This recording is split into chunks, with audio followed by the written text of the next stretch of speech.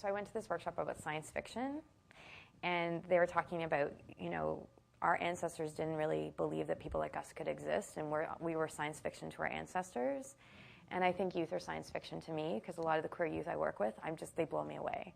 And so one of the young women, I met her when she was 16, and at the time her school was like super worried about her, and they were very much focusing on her sexuality, and she had a lot of other things going on in her life. And I started doing work with her and working with her community. And she actually she's an amazing, prolific writer, poet, everything. And she actually was featured in the Grid this year and talking about how much she loved herself. And and she was like, for a long time I thought Allah didn't love me. And I realized that I can love myself, my community can love me, and there's nothing wrong with me.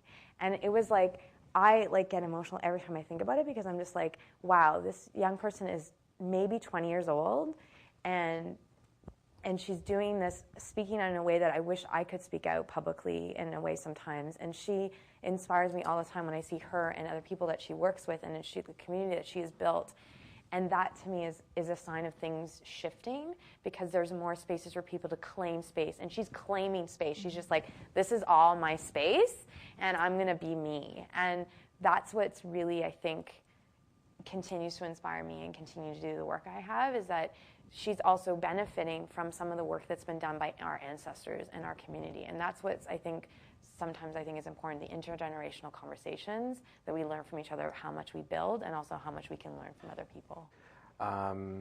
So we operate 3 support spaces at ASAP, right? And I kind of involved with all 3 in some capacity. And so one of them it's called Snathan.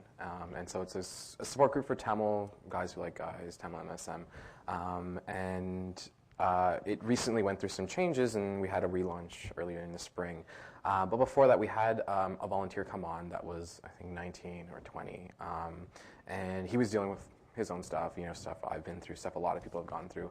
But I was just really, I was just taken aback by the fact that, he lives all the way in a burb, one of the burbs, and was able to, find access to space, right? And when he came to that space, he came with a lot of things that he was going through, a lot of things that he internalized over the years, shadism, racism, the fact that he was Tamil, that word is just torn up through the media in the worst way possible, that you don't want to identify with it sometimes, and it's a constant struggle. And he was also dealing with his sexuality, right? And he didn't have any support, so I didn't know anyone, and I was just like, whoa, I could relate to a lot of what you're bringing to the table, right?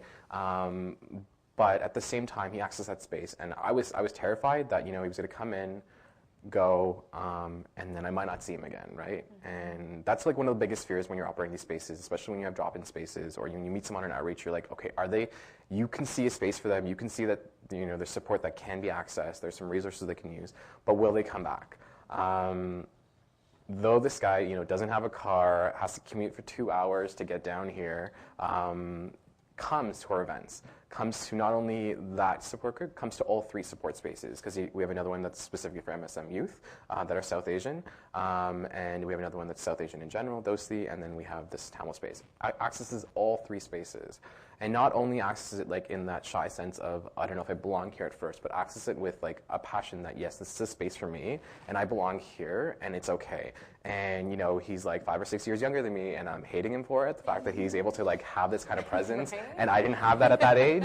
I'm just where were you? Why was I not like this? And he's volunteering, and he's just all over his social media about everything we do, marching with us in the parade, and I'm whoa, it's so much awesome. And it's the best one is when you're jealous. You're crap. Why couldn't I have been I'm just going to end very briefly. I actually think that in the 5-6 years I've been here in Canada, there hasn't even really been anything like this. And I actually think that everybody else on this panel is an activist, and I think the fact that they exist and they're doing what they're doing, and that this exists in a fairly, publicly funded way, is a good sign. I think it's a fairly, I think Toronto has the advantage of having a real critical mass of South Asian cultures and queer cultures, and I think that that's a really, I'm not sure that this kind of thing could happen in many other places, and I think that's a real advantage that we should absolutely use.